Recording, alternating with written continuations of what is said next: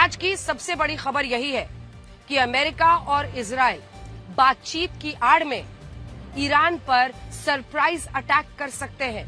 ये इस वक्त की बहुत बड़ी खबर है, क्योंकि देखिए ये खबर द गार्डियन के हवाले से आई है और इस खबर के मुताबिक अगर वाकई एक तरफ इस्लामाबाद में शांति की कोशिशें, दूसरी तरफ फिर से उपराष्ट्रपति जेडी वैंस का जाना और तीसरी तरफ अगर अमेरिका और इजराइल मिलकर ईरान पर किसी बड़े हमले की तैयारी कर रहे हैं, तो ये दावा किया गया है इस रिपोर्ट में द गार्डियन के कि ईरान के शीर्ष अधिकारियों को ऐसा लगता है, उन्हें शक है कि अमेरिका इस्लामाबाद में शांति वार्ता करने के लिए इसलिए दबाव बना रहा है ताकि वो ईरान पर एक बार फिर से एक बहुत बड़ा सरप्राइज अटैक कर सके। ईरान को यह डर इसलिए है क्योंकि इससे पहले 28 फरवरी को भी अमेरिका और इजराइल ने ईरान पर अचानक से हमला किया था, जिसमें पूर्व सुप्रीम लीडर अयतुल्ला अली खामेनी मारे गए थे। और उस वक्त क्या हो रहा था, ओमान में दोनों देशों के बीच बातचीत चल रही थी और अब फिर से अमेरिका और इजराइल पर ईरान यही आरोप लगा रहा है कि एक तरफ तो इस्लामाबाद में बातचीत के लिए कोशिशें कर रहा है अमेरिका, वहीं दूसरी तरफ वो सरप्राइज अटैक कर सकता है। इसी वजह से ईरान ने इस्लामाबाद में कल होने वाली जो शांति वार्ता है उसमें हिस्सा लेने से भी अब इनकार कर दिया है। इसका मतलब क्या है? क्या एक डेडलॉक फिर से आ गया है? क्या समुद्री युद्ध की तरफ हम बढ़ रहे हैं? ये कहा है कि ईरान शांति वार्ता की नहीं बल्कि अमेरिका को जवाब देने की तैयारी कर रहा है। ईरान का ये सख्त रुख अब इस पूरी शांति की प्रक्रिया में बहुत बड़ा आप कह सकते हैं ब्लॉकेड है। ईरान ने अमेरिका के हमले के खिलाफ स्ट्रेट ऑफ हॉर्मुज को लगभग बंद कर दिया है।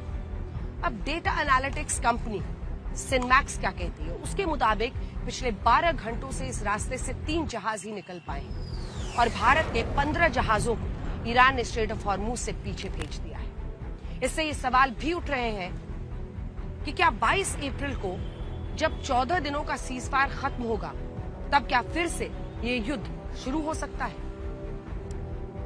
इस सीजफायर से पहले जो 40 दिनों का युद्ध लड़ा गया था वो शायद इतना भीषण नहीं था जितना इस बार का युद्ध हो सकता है। इसका बड़ा कारण ये है कि स्ट्रेट ऑफ हॉर्मुज में ईरान और अमेरिका के बीच आप सोचिए सीधी और खुली जंग शुरू हो गई है और वो भी समुद्र में। अमेरिका ने ईरान के जहाजों के खिलाफ जो नाकेबंदी लगाई थी, इसके तहत पहली बार अमेरिका की नौसेना ने सैन्य कार्रवाई कर दी है। अमेरिका की सेंट्रल कमांड के मुताबिक उसने ईरान के एक कार्गो शिप को अपने कब्जे में ले लिया है जो चाइना से लौट रहा था। अमेरिका किस रणनीति पर चल रहा है? वो अब ये सोच रहा है कि ईरान के जहाजों को अपने नियंत्रण में ले और उसके बाद इस युद्ध में बार्गेनिंग चिप खड़ा करे। ये घटना स्ट्रेट ऑफ हॉर्मुज के पास ओमान की खाड़ी में हुई और ईरान के जिस कार्गो शिप पर अमेरिका की नौसेना का हमला हुआ उसका नाम है टुस्का। अब टुस्का था, अमेरिका का आरोप है कि ईरान का ये जहाज उसकी लगाई नाकेबंदी को तोड़ रहा था और जब इसे रोकने के लिए रेडियो कॉल किया गया, क्योंकि अमेरिका इसी तरीके से ब्लॉकेड कर रहा है, वो पहले किसी शिप को आइडेंटिफाई करता है कि भाई इस शिप को तो जाने नहीं देंगे, फिर वो रेडियो कॉल करके चेतावनी देता है कि रुक जाओ नहीं तो हमला करेंगे, फिर वो अपने जो हेलीकॉप्टर्स हैं उससे अपने मरीन कमांडोज को वहां उतारता है उस जहाज पे, फिर टेक ओवर करता है और जब मरीन कमांडोज जाते हैं तो उसके अन्य जहाज उसको कवर देते हैं। तो अमेरिका का कहना है कि जब उसने इस टुस्का जहाज को रोकने के लिए रेडियो कॉल पर चेतावनी जारी की तब भी उसने अपने इंजन को बंद नहीं किया, वो नहीं रुका। इसी के बाद अमेरिकी जहाज के इस कार्गो शिप के इंजन रूम पर गोलियां चलाई गई जिससे इस जहाज में छेद हो गया और वो ओमान की खाड़ी में बंद होकर रुक गया।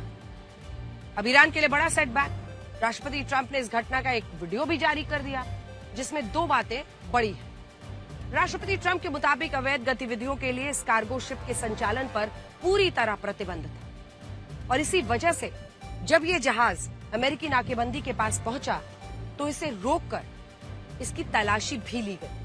और दूसरा, इसमें साफ दिख रहा है कि ये जो जहाज है, अमेरिका ने अपने युद्धपोत यूएसएस स्प्रुअन से इस ईरानी जहाज की घेराबंदी की और इस पर गोलियां चलाई, जिसे ईरान अब सीज फायर का उल्लंघन बता रहा है। ईरान का कहना है कि अमेरिका कौन होता है जो स्ट्रेट ऑफ हॉर्मूज के पास उसके जहाजों को रोके या उन पर हमला कर सके।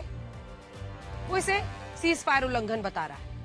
इस क्षेत्र में ना तो इसकी कोई सीमा है और ना ही उसके पास ऐसा करने का कोई अधिकार। ईरान का ये वर्जन है, लेकिन इसके बावजूद अमेरिका ने ईरानी जहाज को रोककर बहुत बड़ी गलती की है।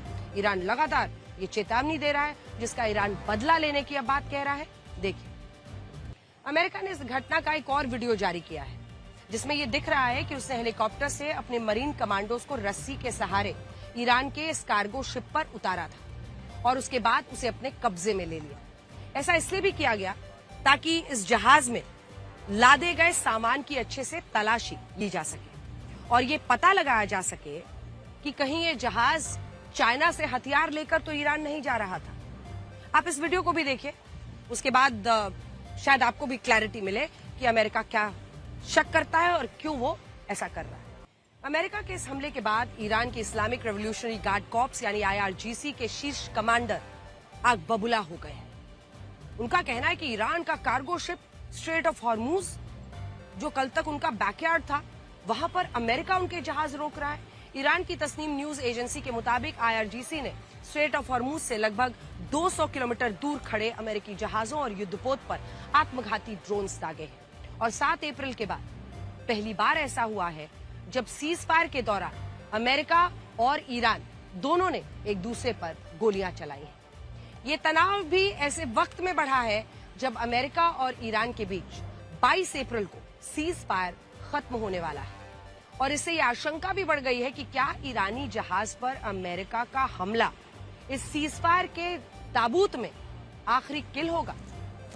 अगर इस सीज फायर के खत्म होने के पहले अमेरिका और ईरान किसी एक समझौते पर सहमत नहीं होते तो ये युद्ध फिर से शुरू हो जाएगा। और सबसे बड़ी चिंता यही है कि समुद्र में अगर ऐसा भीषण युद्ध होता है, कितने लोगों की जान जाएगी।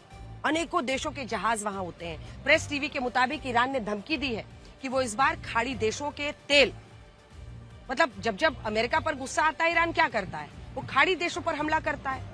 गल्फ कंट्री पर, सऊदी अरब, UAE, कतर, ओमान, इन पर हमला शुरू कर देता है ईरान। और इस बार खाड़ी देशों के तेल और ऊर्जा से जुड़े ठिकानों को निशाना बनाया जाएगा। ये धमकी अब ईरान दे रहा है।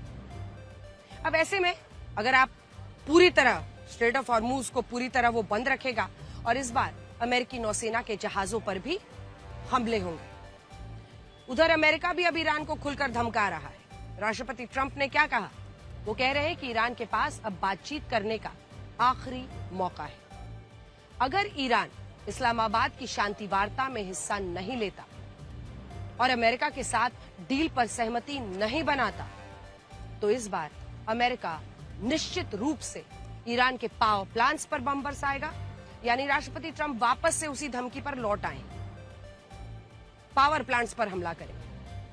उनका कहना है कि मैं वापस पावर प्लांट्स पर हमला करूंगा, उसी धमकी पर आ गए हैं जो उन्होंने सीज फायर से पहले ईरान को दी थी।